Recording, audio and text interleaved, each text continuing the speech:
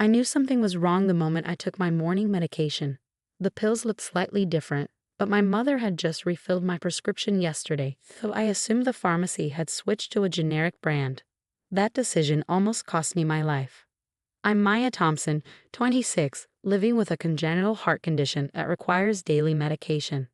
My younger sister Sophia, 23, had always been jealous of the attention my condition brought me. Growing up, she'd make comments like, "Must be nice to have everyone worry about you all the time," or another hospital visit. "At least you get to skip work." That morning, I felt dizzy within minutes of taking my medication. My heart was racing unusually fast and my vision started blurring. I called out to my mom, who was visiting for the weekend. "You're being dramatic again," she sighed, barely looking up from her phone. "Sophia's right, you do milk your condition for attention." The room started spinning and I collapsed in the kitchen. The last thing I heard was Sophia's voice, surprisingly calm. "See, she's faking it again." I woke up in the ICU, surrounded by beeping machines and concerned medical staff. Dr. Adams, my cardiologist for the past 5 years, stood at my bedside with an expression I'd never seen before, a mixture of anger and disbelief. "Maya," he said gravely, "your blood pressure was dangerously high when you were brought in. We're running toxicology tests. These symptoms, they're not consistent with missed medication. Something else is going on."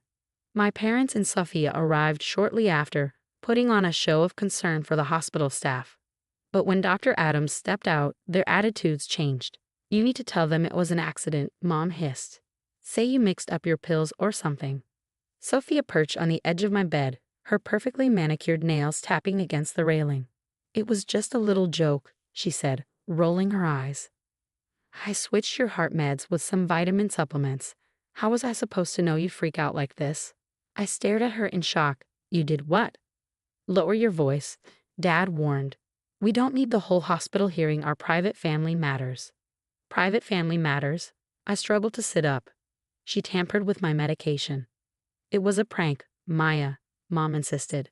"Sophie's been going through a rough time since her breakup. She wasn't thinking clearly. You know how sisters tease each other." Before I could respond, Dr. Adams returned with a folder and a police officer. My family's faces immediately switched back to concerned expressions. "Maya," Dr. Adams said, his voice stern, "we got your preliminary toxicology results back. What we found," he paused, looking directly at Sophia, "was not vitamins." Officer Rivera stepped forward. "Miss Thompson, the substances found in your system are consistent with beta blockers and other medications that, when combined with your heart medication, could have been fatal. This wasn't a prank. This was deliberate." Sophia's face went pale. Mom jumped in immediately. "There must be some mistake. Our girls play little jokes on each other all the time." "Jokes?" Dr. Adams's voice was sharp. "Mrs. Thompson, your daughter could have died. In fact, if her body hadn't reacted so quickly, causing her to collapse and get medical attention, we wouldn't be having this conversation." I looked at my sister, seeing her clearly for the first time. Behind her perfect facade and innocent expressions, there was something cold in her eyes. How many times had she tampered with my medication before? How many of my episodes were actually her pranks? "We're just getting started with the tests," Dr. Adams continued. "Officer Rivera needs to take your statement, Maya. And given the circumstances, we're implementing a no-visitor policy except for medical staff." "You can't do that," Mom protested. "We're her family." Officer Rivera stood firm. "Ma'am, right now you and your daughter are potential suspects in what appears to be an attempted homicide. I'm going to have to ask you all to leave." As security escorted my family out, Sophia turned back with a look that sent chills down my spine. "It was just a joke," she called out. "Tell them, Maya. Tell them what a good sister I've always been." But the preliminary blood tests were just the beginning. What they would find next would reveal that this prank was part of something much darker. Something that had been going on for years. The toxicology reports kept coming in over the next few days, each one more disturbing than the last. Dr. Adams and Officer Rivera sat with me as they explained their findings. "We found traces of multiple substances in your system," Dr. Adams explained, spreading out the reports. "Not just from that day, but evidence of long-term exposure. Different medications, all potentially lethal when combined with your heart condition." Officer Rivera pulled out a notebook. We searched your apartment with your permission. The forensics team found residue of crushed pills in several of your food containers. This wasn't a one-time thing, Maya. My hands shook as I processed this information. How long? Based on the blood work and hair follicle tests, at least 8 months, Dr. Adams said quietly. Those unexplained episodes you had. The times you felt worse after supposedly taking your medication. It wasn't your condition deteriorating. Someone was poisoning you. The revelation hit me like a physical blow. Memories started flooding back. Sophie offering to make me smoothies, insisting on organizing my pill container, always being around when I had unexpected episodes. There's more, Officer Rivera added. We found a diary in your sister's car. She's been documenting everything. The amounts, the reactions, timing. It's all there. My mother had been calling the hospital nonstop, leaving messages about family loyalty and sisterly misunderstandings. The hospital staff had been instructed not to put any calls through to my room. A psychiatric evaluator, Dr. Chen, joined my case. Your sister's diary entries are concerning, she explained. They show a pattern of calculated behavior, not impulsive pranks. She wrote about watching you suffer, timing your reactions, even celebrating when you had to miss important events due to illness. The police investigation uncovered more disturbing evidence. Safia had been researching untraceable poisons, joining online forums about mimicking heart condition symptoms. She even befriended a pharmacy technician to learn about drug interactions. What I don't understand is why, I said during one of my sessions with Dr. Chen. We grew up together. She's my sister. From what we've gathered, Dr. Chen replied carefully, your sister has been struggling with severe jealousy and resentment since childhood. Your medical condition meant you received more attention, which she interpreted as favoritism. Instead of developing empathy, she developed a dangerous fixation. My parents' response to the mounting evidence was denial and manipulation.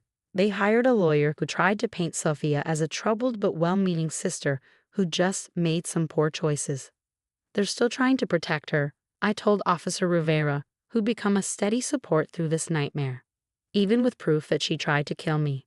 It's not uncommon in cases like this, she explained. Some parents would rather believe in a comfortable lie than face a horrifying truth.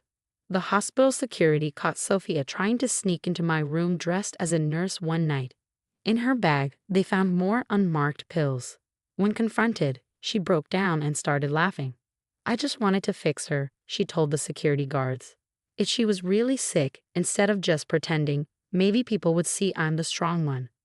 The district attorney decided to press charges, not just against Sophia, but also against my parents for obstruction of justice. Evidence showed they had deleted text messages where Sophia talked about her experiments with my medication. Dr. Adams implemented new protocols for my care.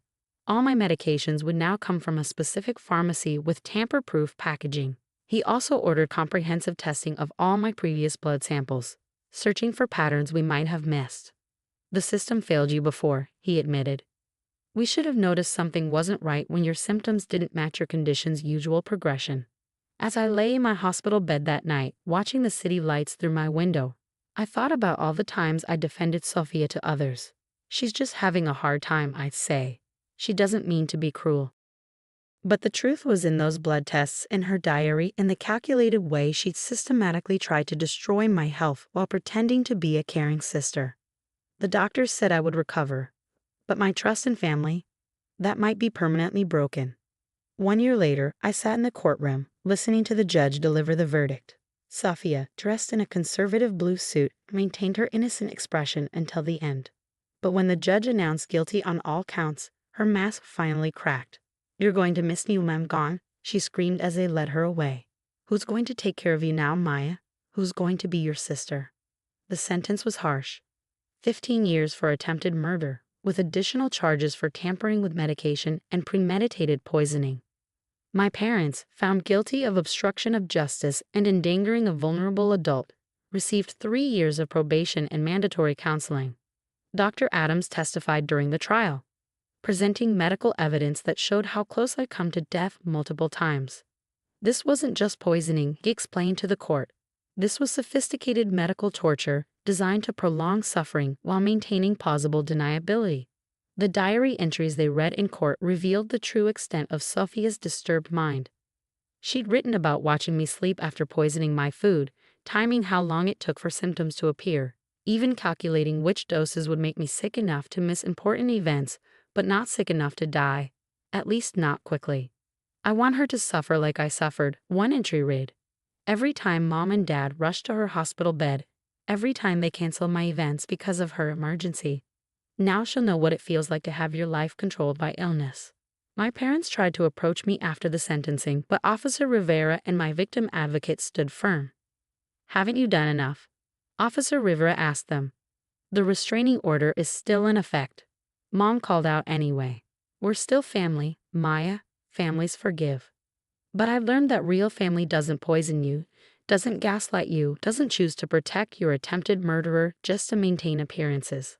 My recovery involved more than just physical healing.